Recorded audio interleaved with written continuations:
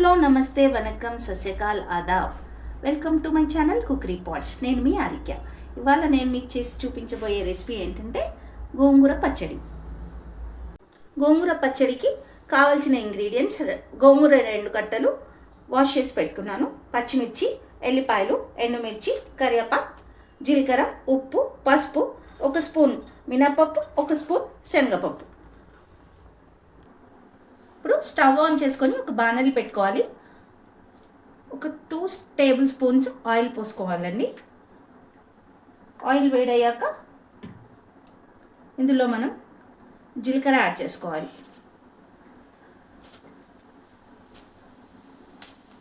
Add చేసుకున్నాక జీలకర్ర చిటపటలాడాక ఇమీడియట్గా పచ్చిమిర్చి చిలుకలు ఇలా 2గా చేసి వేసుకోండి.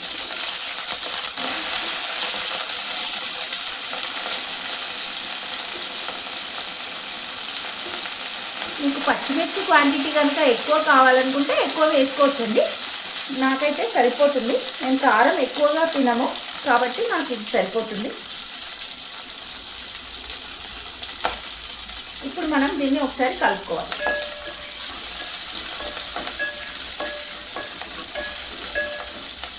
ఈ పచ్చిమిరపకాయలు చక్కగా వేగిపోవాలండి.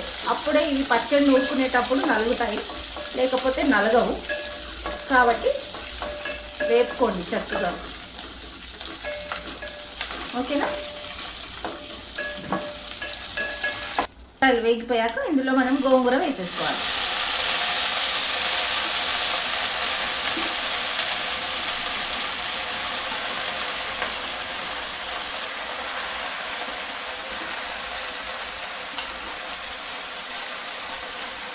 ఇలా గోంగూర అంతా వేసుకున్నాక మొత్తం గోంగూర అంతా మగ్గిపోయే వరకు ఫ్రై చేసుకోవాలండి. అంతే. చూసారు కదండి, గోంగూర చక్కగా వేగిపోయింది. ఇలా నూనెలో వేయించుకుంటేనే పచ్చడి అనేది మనకి నిలువ ఉంటుందండి, లేకపోతే పచ్చడి నిలువ ఉండదు. ఇప్పుడు మనం ఇలా ఈ ప్రాసెస్లో కనుక చేసుకున్నాం అనుకోండి, ఈ పచ్చడి మనకు వారం రోజులైనా ఉంటుంది. మా ఇంట్లో అయితే ఈ పచ్చడి 1 డేలో ఫినిష్ అయిపోతుందండి. అంత ఇష్టం, అంత టేస్టీగా ఉంటుంది ఇది. మీరు కూడా తప్పకుండా ఒకసారి ట్రై చేయండి. ఓకేనా? ఇప్పుడు మనం దీన్ని చల్లారనివ్వాలండి, స్టవ్ ఆఫ్ చేసుకొని. ఓకేనా? ఇప్పుడు దీన్ని మిక్సీ జార్లోకి వేసుకొని బ్లెండ్ చేసుకుందామండి. ఓకేనా? ఇందులోనే ఇప్పుడు మనము ఒక 4 ఎల్లిపాయలు, కొంచెం ఉప్పు సరిపడేంత వేసుకొని గ్రైండ్ చేసుకోవాలి.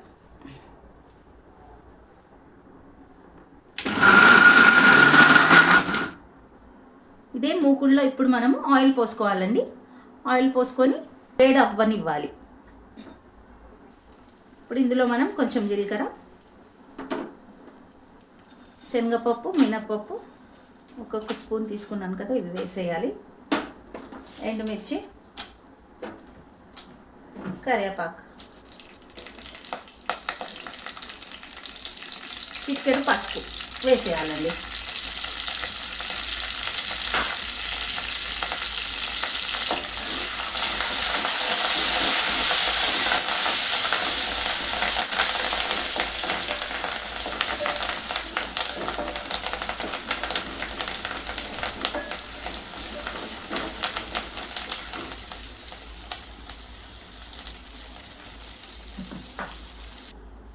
చూసారు కదండి, అన్ని బ్రౌన్ కలర్లో ఫ్రై అయిపోయాయి.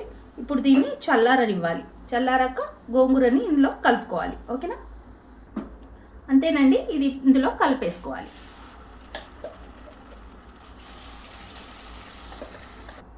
అంతేనండి, టేస్టీ అండ్ ఈజీగా గోంగూర పచ్చడి రెడీ అయిపోయింది. మనం ఇప్పుడు దీన్ని సర్వింగ్ బౌల్లోకి సర్వ్ చేసుకుందాం. మీరు కూడా దీన్ని ఇంట్లో తప్పకుండా ట్రై చేసి నాకు కామెంట్ చేయండి. నా ఛానల్ని లైక్ చేయండి, సబ్స్క్రైబ్ చేసుకోండి.